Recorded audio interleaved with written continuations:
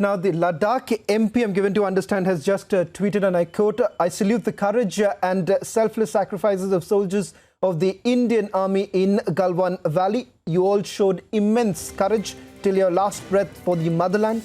Your valor will always be remembered. My condolences to the families of brave soldiers." Major Gaurav Arya, that's exactly the point. We do not want the blood of our soldiers to go in vain. And perhaps it's time that everyone needs to understand, beyond the propaganda that has been unleashed by China, right from those videos that they have put out, to the fact that they have been belligerent when it comes to saying that India has crossed over, and then saying that peddling lies whatsoever in the last few days. How do you essentially tackle that? Because India, on the other hand, has been extremely matured. India has been saying that, look here, you need to adhere to the agreement that we have signed.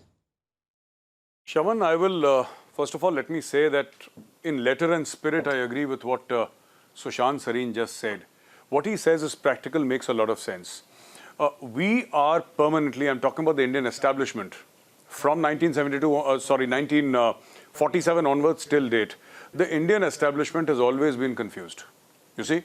And when I say confused, like he mentioned Vasudev Kutumbakam, the world is one family. No, the world is not one family. It never was one family. You know, these are inanities that we seem to spout, and we think that we look very mature while talking about all these things, all right? Second thing is that you have to speak to a person in the language he understands. Now, China speaks a different language. Their Ministry of External Affairs speaks a certain language. The PLA speaks a different language. While the MEA of China is talking about peace and stability and talks, the PLA is murdering our men. We must understand that. And number three, you know, they say in the Ramayana, "Bhay bin hoy na preet." There is no friendship without fear. Let us be very practical. Now, you know, Sushant mentioned about the Quad. Our entire thing about that, oh, we are non-aligned, oh, we believe in peace. Army is obsessed with the fact that we are a non-expeditionary army. For heaven's sake, why are you a non-expeditionary army? What are those weapons for? Now, I want to understand. If you're not aggressive against China, how do you deal with an aggressive enemy like China? I'm using the word enemy here because 40 of our brave hearts are dead. And this is not the pressure that we were showing on screen today, with people breaking TV screens and, you know, burning the photographs of Xi Jinping. That is not pressure. Shawan, pressure will happen tomorrow when the bodies start coming back into the villages, and when you'll have 100 cameras in front of every single house, wherever the 20 martyrs come back. That will be pressure, and I want to see how we deal with that. Well, on that note, let's also get in Major Gaurav Arya, Prabal Dasgupta for more on this. Prabal Dasgupta, that's exactly what Major Gaurav Arya has been saying. It's out on the streets. Images that have been coming in from scores of cities. One cannot perhaps, subdue that. That is the reality right now. Perhaps many Indians are now saying that, look here, we are not going to tolerate this anymore, because time and again we allowed the Chinese. We went on saying that we are going to go ahead with the military level talks. Diplomacy is going to take place. Everything is going to be fine. But perhaps what China is not understanding, and the language that we are talking about, what do you think is the language one should talk to as far as China is concerned? Completely agree with what Major Gaurav Arya just said. And I'll just build on it. You know, if you look at the past, in 1967 or in 1986, whenever the local commanders have unleashed their moves on China, the Chinese have backpedaled and have been found wanting, whether it's through speed and surprise or through immediate action at that point, at that level. I think that is the language the Chinese have understood. If you look at it, why did the Chinese never interfere in the 1971 war? Again, you look back at what happened in the intervening period.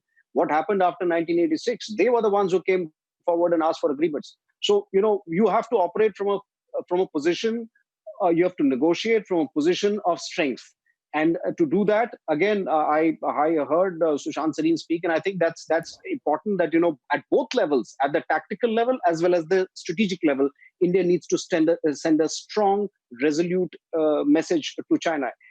Over the last many years, and I'll just again build on what the speaker said earlier, is that India has been responding. India has been responding, whether it's Demchok, Daulat Beg Oldi, Depsang, Chumar. India has been responding. There is a 3,488 kilometer border with China.